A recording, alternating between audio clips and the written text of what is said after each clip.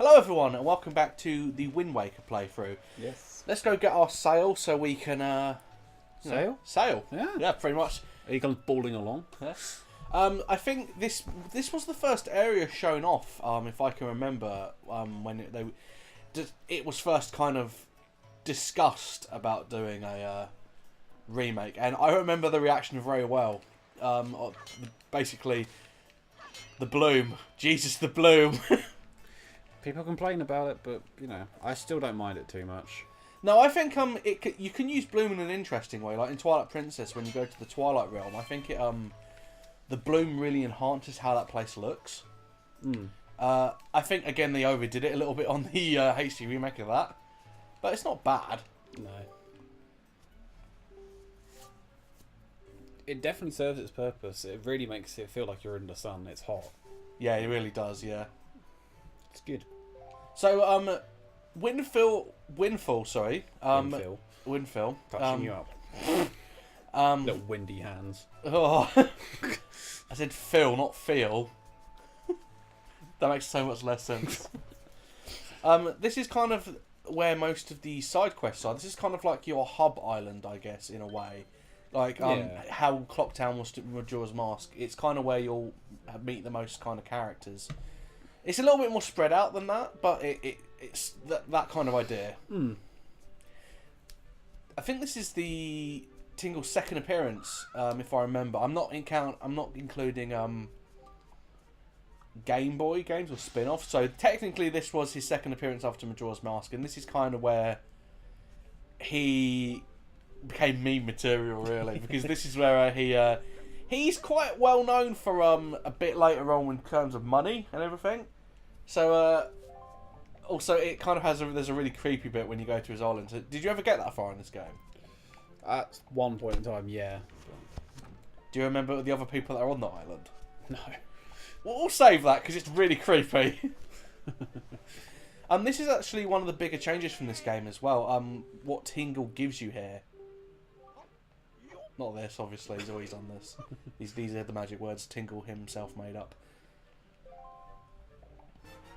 Yeah, this was a Game Boy Tingle tuner. Now it's a Tingle bottle. So basically, using the Miiverse, you can throw this shit out and get some stuff, I guess. Isn't Miiverse closed down? Yep. So this is entirely pointless. There you go. I love that. But the thing is, when I opened my first one, when Ethan played this, I got a message saying that Tingle was a cunt. The irony. Brilliant. It doesn't feel as useful because did you it's kind of a long shot because I'm pretty sure you wouldn't have at any point. Did you ever actually end up using the Tingle tuner? No. Me and Ethan used it a few times actually. Okay. Very weird. Kind of gives you a kind of top-down view. Yeah, all right. We're not going to end up doing this. No. Yeah. No. Hang on. Do you want to? Yeah. Let's turn this off. I doubt it's going to happen. There we go. You might. We might get some fans. I think 8 years says otherwise. If it is, I don't know. I have to lose count. It has been about 8 years. It's scary. Surely, yeah. So basically, the Tingle tuner gives you kind of like a top-down kind of view of stuff. And if you're walking about, say like if we're in a dungeon, yeah, he can kind of show you with a map and everything. Right. And the player one, I'll say, who would be Link, can walk about as usual. But the Tingle tuner kind of gives you a little bit of a heads up. Kind of can help you with enemies, help you with secrets and everything. It's not, you don't need it. It doesn't really add anything. But something it does do, which I distinctly remember having a lot of fun with, because it can be incredibly frustrating. Everything you do on the Tingle tuner costs real rupees that Link has to use in this game. So if you launch a bomb to damage someone, it costs rupees. Nice. And my brother had a lot of rupees, and he got very angry once when I used about 30 bombs in a row, and then he had none. And he was near the end of the game, so the thing that you have to do at the end of the game with all the money, he had to do it all again. Jesus. And I thought it was the funniest thing I've ever done, because I'm an absolute evil genius. Worth it. I used to have real trouble with this little maze here, but a little bit of a tip for you when you're doing this. I'll see if I can find an example of it. There you go. See, okay, we're looking at this here. If that you ass. if you not that, if you look on the right there, you'll see a little bit of wood. Not like that. But on the floor, yeah. if you go right, it's trapdoor. So he's gonna. Yeah. There you go. I mean, the only reason I'm doing this now is to get us out of there quicker. But I wonder how long he's waited to do that. I mean, there's a fair few trapdoors now, and I don't know if it's the same rat. So They all just have their own door. They wait there for years just in case someone crawls through. leave me alone. Really could use some motion sensors, those guys.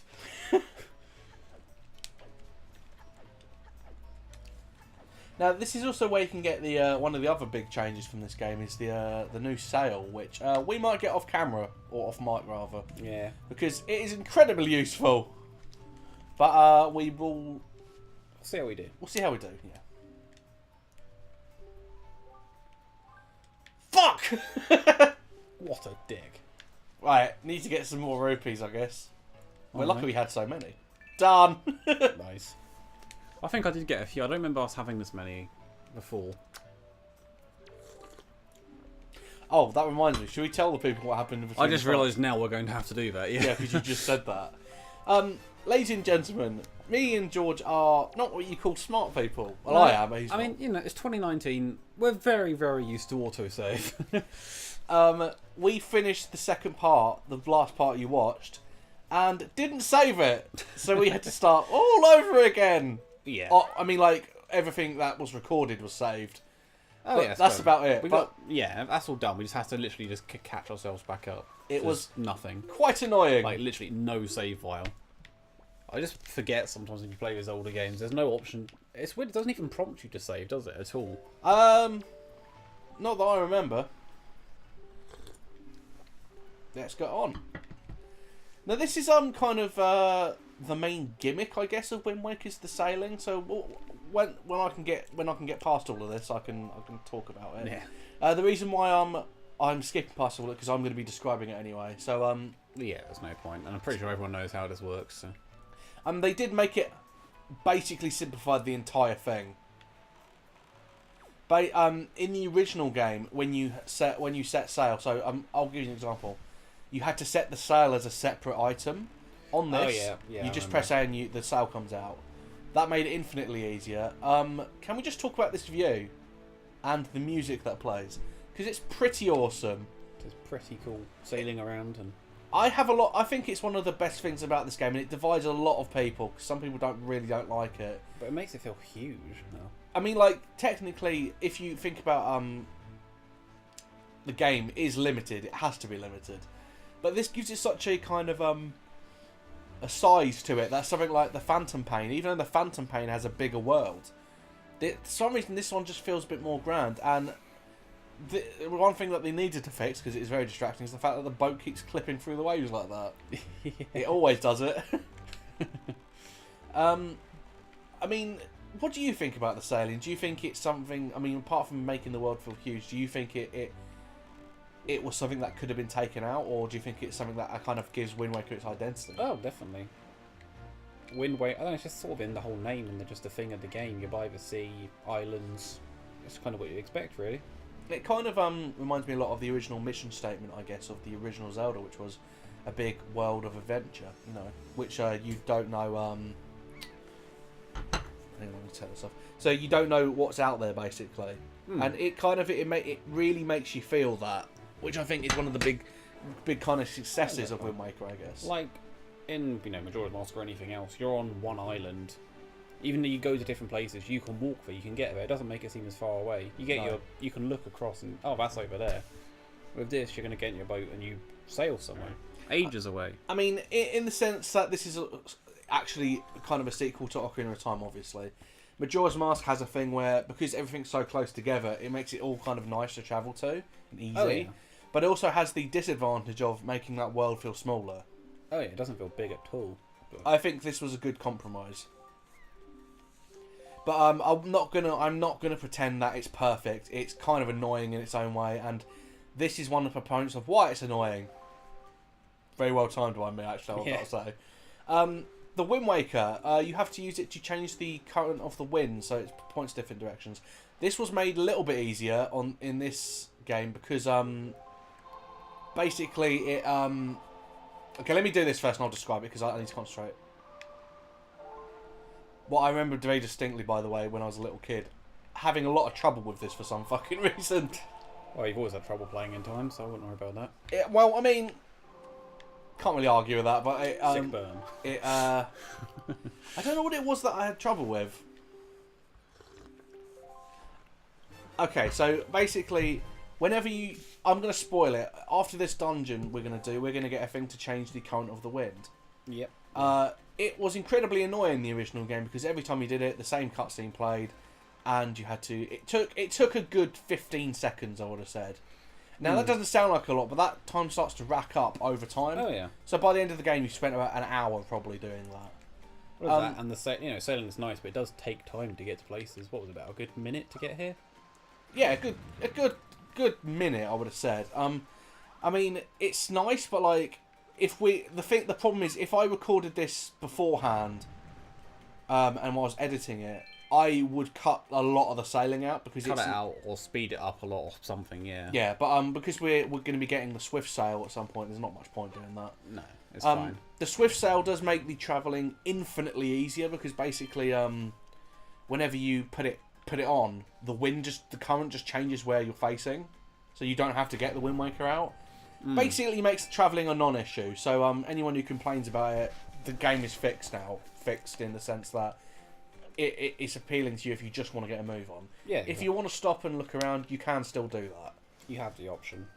I think that was a good compromise, and one of the smarter decisions that this HD remake did. I mean, of all the Zelda games, I can't really think of any that have a glaring, what I would call a flaw like that. I mean, I don't particularly mind the sailing. I think the sailing's fun, and I think if you've got if you find it boring, what I do usually when I play games is I have a podcast or something when I'm playing. I like to occupy my mind while I'm doing it, so I feel like I'm learning things as well as playing a video game. So I don't really care that much. But, I mean, if you're just playing this and you want to absorb it as an immersive experience, I understand why it would seem like it would get boring. It probably would. Oh, yeah. But do you do the same thing, or do you just sit and play? It depends what I'm playing. Like, something like this, maybe after a little bit I might start playing something else at the same time, yeah. It's nice for a little bit. The music's obviously great, but... What do you do when you're do you listen to podcasts? I wank a lot. Over the controller. We were trying to have a serious discussion. I'm sorry. And you just derailed all of it. Well, sometimes like other soundtracks, funnily enough, which sounds a bit ridiculous actually, when you think about it. What's one that you listen to a lot then? Because I don't think I've ever. Well, there's not really one a lot. I just kind of go through all sorts of Marvel films or other games soundtracks at the same time. It's a bit weird. Sometimes podcasts. I've been listening to that James Acaster one recently. On Spotify. Yeah, that one's pretty good. What, the Ed Gamble one? Yeah, that one's pretty good. Speaking of soundtrack, since we're talking about that, Dragon Roost, probably the most iconic track from Wind Waker. Besides I wouldn't call the Great Sea iconic. The reason why people remember it is because you hear it all the time. That's it. This game does have a great soundtrack, but I think overall in the Zelda canon, then it does kind of get left behind a bit. I think. Yeah, a little bit. I mean, Dragon Roost is probably people's favourite because it's catchy and it has a really memorable melody. And I mean, like, the version that's in this game is better, I think, than the original. Oh, yeah. There's not really many I remember apart from the Great... Oh, Outer Island I remember. But that's about it. Oh, and the credits theme.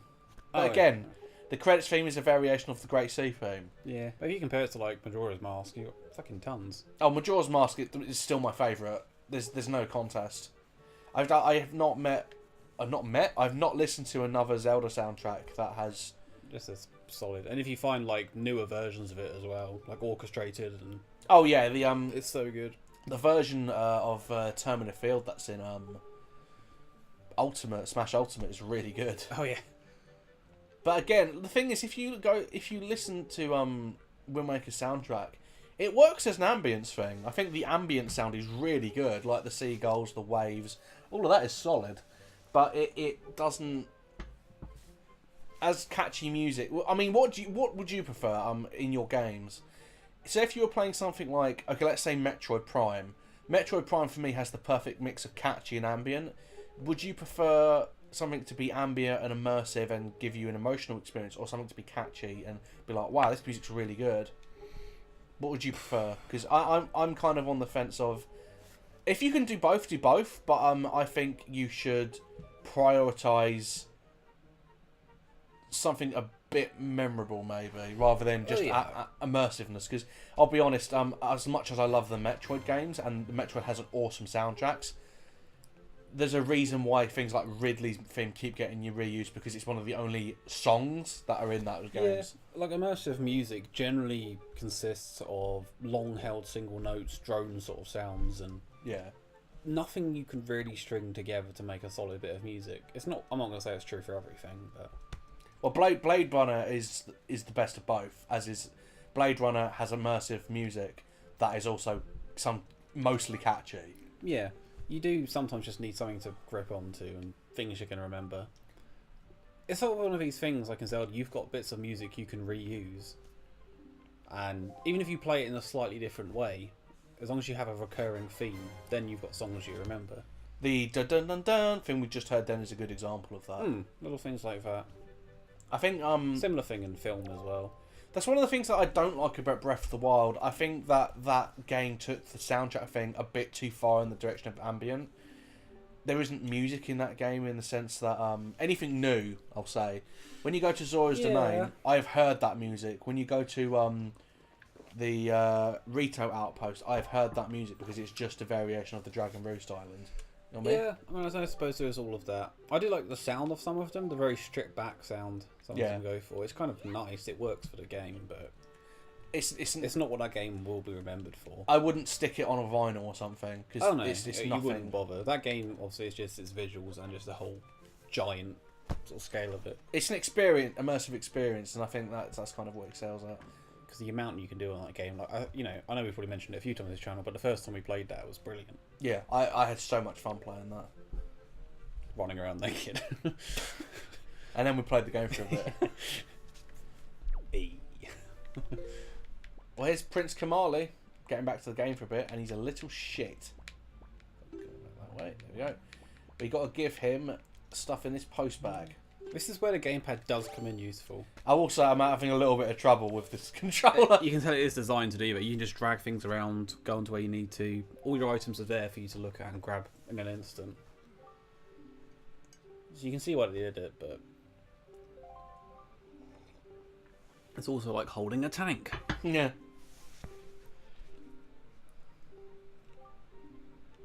Now, as I mentioned in the first part, it's funny to me that these characters are actually descended from the Zora. Could they not have... I mean, they are a new race for this game, but it's mentioned later on that they're descended. Could they not have just been a new race? I mean, there's some funky crossbreeding going on here. I mean, we could have even brought back the Zora from Link to the Past, which are those evil fish creatures. We could have brought... I mean, you're in a fucking huge ocean. You know, get imaginative. That's one of the things I'll criticise about the Great Sea, is that there's not a lot to do, quote unquote, because it is just sailing from one place to another, hoping you find something, and then if you don't, whatever. But like, it's kind of annoying in that way. Yeah. Just gone the wrong bloody way. Nice. What as we try and play the game as the game plays us. By the way, John, nice little Easter egg here. That's the postman from Majora's Mask as a Rito. Nice. That's one of my favourite mini games from this game. Is the letter sorting. We might give it a go later, but did you ever do it? No, I don't think I did. It's quite fun actually. It is as simple as it sounds. You literally just throw letters with a certain stamp onto the thing, and then but it's kind of weirdly addictive. I'm going all the wrong ways. I've always wanted to be Postman Pat. If only for the black and white cat. I can't believe they made a Postman Pat film. It's got robots. It's got robots in it. Yeah, fucking hell. That was that weird period. I remember there was a really funny Matt Morgan joke about Postman Pat when they were listening, because they listened to the music. You know, the Postman Pat. Yeah. Postman. And and he goes, Pat feels he's a really happy man. It's like, Pat feels, does he not have control over his own emotions? It's like, you're living out in your own mind too much, Pat. Been around that cat way too long. There's something that Postman Pat theme song, I didn't realise had such a prominent acoustic guitar in the mix. I just got this idea of like Pat sitting around a fire singing a song about himself, going like, Postman Pat, Postman... Is this song about you? And his black and white cat. This is fire full of junk mail. Returned letters. I feel I'm a really happy man. As he just turns really slowly into the camera. Oh dear. I hope you like Medley, because we're going to be seeing her for a while.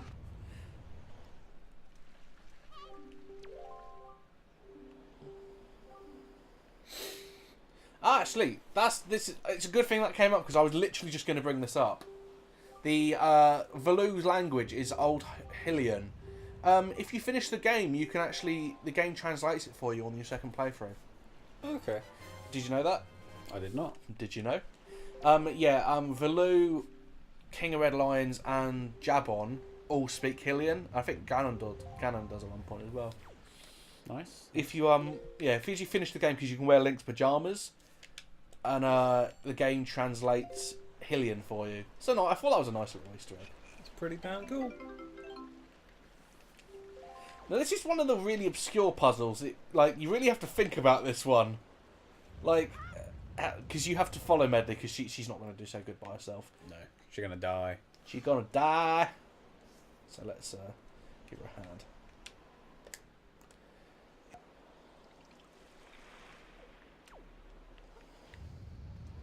Let's see if we can throw this so it doesn't go in the little bit of water down there. I fucked it! Nice work. If I remember for this one, you've got to hold it until it's about to explode, then throw it. Oh no! Because it just rolls, because it's round, so you're in a bit of a problem there.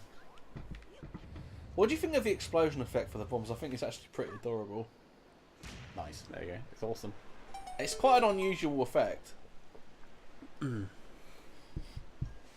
Oh, I probably should ask you this. Would you like another game in this style, actually?